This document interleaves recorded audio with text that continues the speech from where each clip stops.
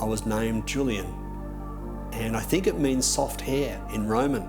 I'm not sure what happened there.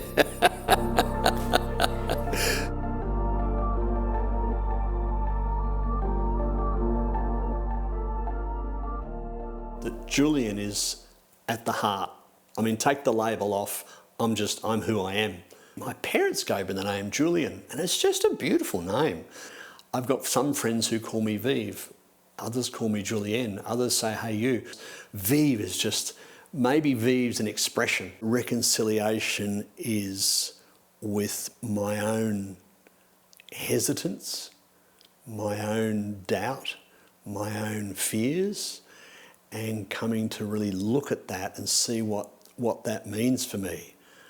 So even putting on a dress, which I just feel so good in, so maybe that's a way I can talk about that reconciliation. So being a boy wearing pants and runners and dirtying our knees and mucking around and swearing and doing boy stuff has been what I've done all my life.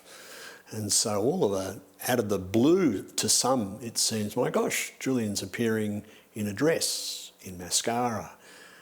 And so I write a lot about that, and I write and I post it, and I'm just overjoyed by the responses. So the reconciliation is happening with me all the time. The first person I told was my partner. We've now been together for 13 years. We love each other.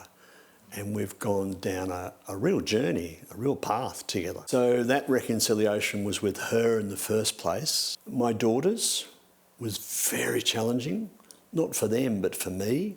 I remember telling my eldest daughter, and she burst into tears, but I realised later the tears were of great warmth and, oh, I just love you, Dad. We get stuck with the labels, I could be this, I should be that. There's a lot of shoulds. Shoulds is a very painful word. We can't should be anything. So reconciliation is about alignment with actually what's going on. Instead of trying to be out there and being something else, actually being who I am. Learning about Buddhism, Buddha Dharma, and just living, just being, just coming to love ourselves has been this journey of the last 35 years. We are a player in the world, and people have come here from far and away for 65,000 years, coming up to more recent times, and even today.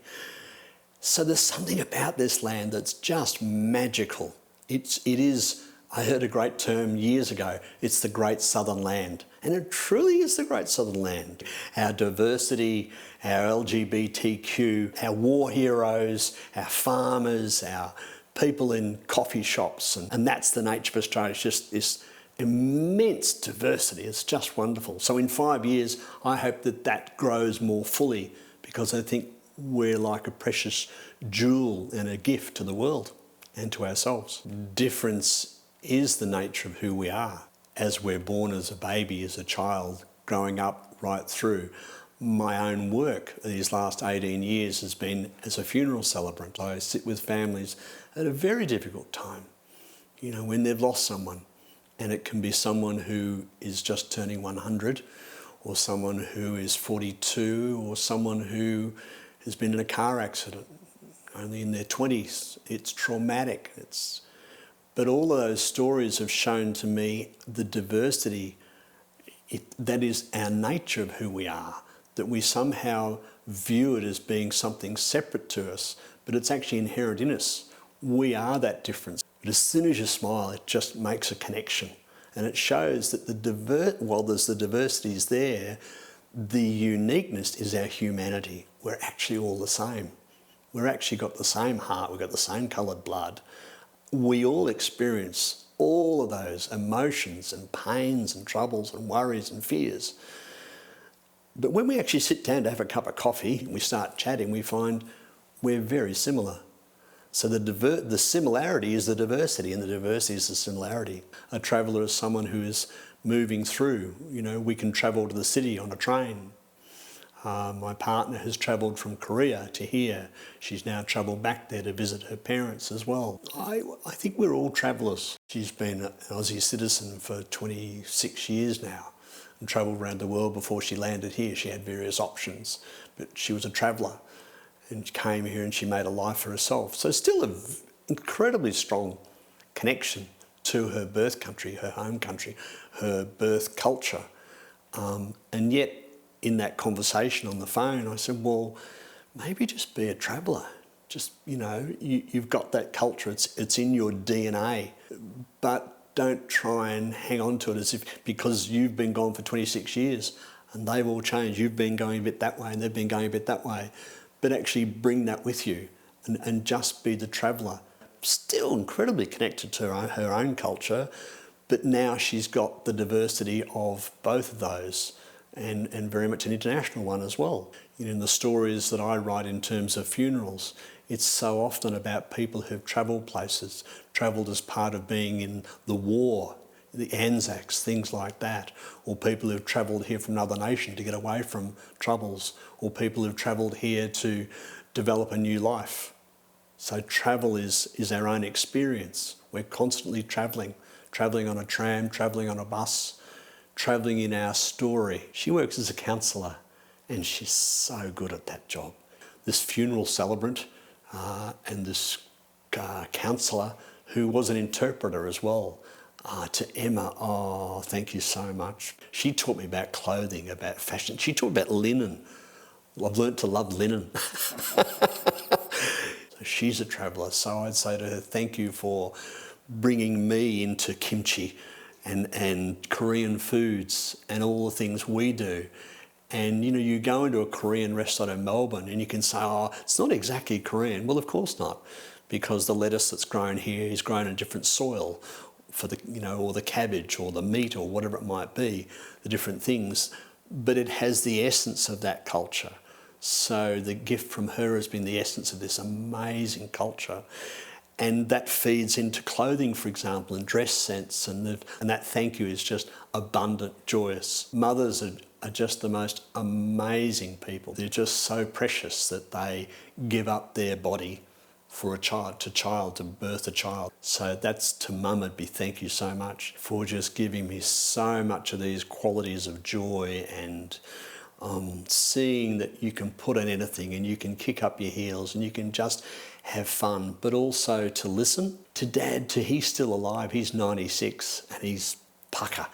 And to him, I'd say thank you for the care and to think about that, you know, and get in there and do what you need to do, but to enjoy it, you know, to have fun and make sure that you're courteous, which means to be thoughtful of other people. And sometimes we can be, oh, you know, they should have done this and they should have done that. But when one becomes a parent oneself and then a grandparent, you start to look kind of in the reverse mirror and you see that, wow, how incredibly kind they were. I have two siblings, so I have an elder brother of 4 years and I have a younger sister, 7 years younger. And we, over the time since our mother's passing away 2 years ago, and now our father going into aged care, we have become really great friends. As the carer, the full-time carer, along with my partner, we're the ones right in the thick of it. For 5 years now we've been caring for them. And then my mum passed away 2 years ago in her own bed with Dad right there. She'd had dementia for 2 years and yet she always still said thank you. She was just such a joy. What I learnt from my mum was don't expect the other person to know what you know. They can't possibly. What I learnt from my dad was the same thing, but he wouldn't say it in the same words because they were very different people. So for my brother and my sister, they've gradually come to know, oh my God, at last he's really being true to himself, herself. So to my brother and sister, I'd probably say thank you.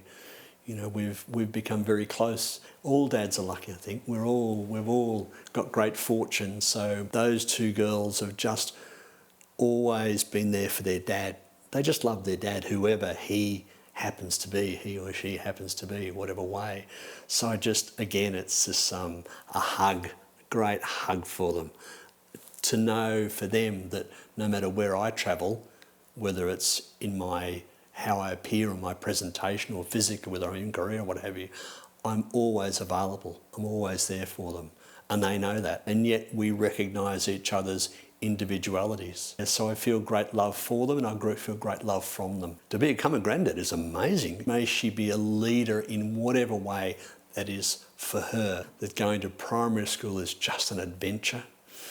That she learns to be very generous to her parents as they get older, because the reality is they go through these same journeys. She can be who she is because she brings her own unique package, whoever that is, whoever she might be, when she's 5 years and 5 days old, or whether it's 10 years or 20 or 30, she's going on her own journey. She becomes a traveller. So may all the experiences that she meets up with be opportunities for her own growth and development and kindness.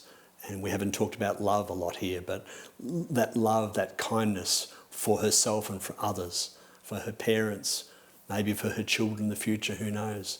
But at 5 years old, you're not really thinking about that, are you? When I meet people, I just delight in their joy. And that's true. So when I got these pink glasses, for example, I'd had glasses over many years, grandpa glasses, and that same friend who gave me Vive, who said, "Oh, what about Vive? How would that work? Can you get out of those boring glasses?" And it took ages. Because I will meet with people, with a family, and we'll sit and talk, and I'll say to them, just like we started today, let's have a conversation. And we'll have a conversation.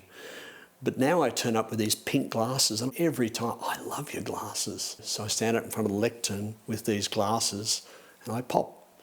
But I know I'm doing that. I'm doing it to be of benefit to people, to help people. We don't know when we're going to die. It's going to come, guaranteed. They're looking back through, and even me at 68, one looks very differently to life now, and particularly because I'm informed. So years ago, I decided I would get some deeper experience that would help me with my work as a celebrant, to actually go and be one of the people who we would go at night time at 2 or 3 in the morning. We'd turn up in our suit and tie in an unmarked station wagon to an aged care home somewhere in the West, for example, and there would be a body there for us to pick up, and we would wrap that body up very respectfully, and we'd put it onto the gurney. We'd put this beautiful quilt over the top, and we quietly wheel that body out. That person had gone. And I remember doing that one time at Caritas Christi, and we arrived, we got the trolley out and we came inside, and the two of us just stood outside the room and waited, and we can hear the daughter, and she was talking.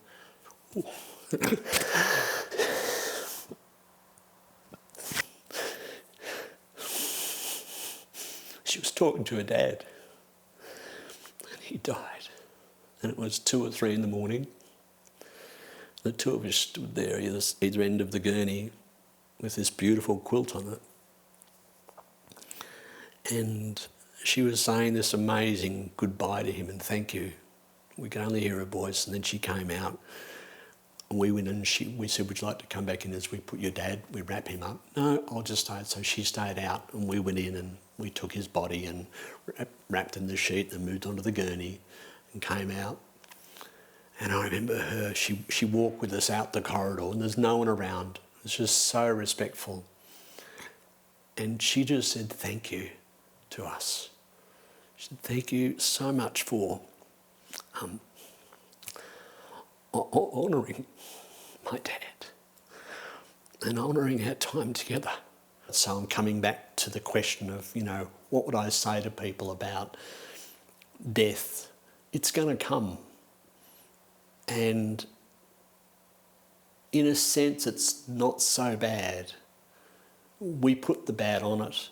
But I do recall I was called a couple of years ago, and I went to see a couple, and she'd been diagnosed with a type of cancer. It was terminal. And they just wanted to know the lay of the land with funerals and what have you. And we talked, and then I didn't hear from them for another 6 months, and then we talked again.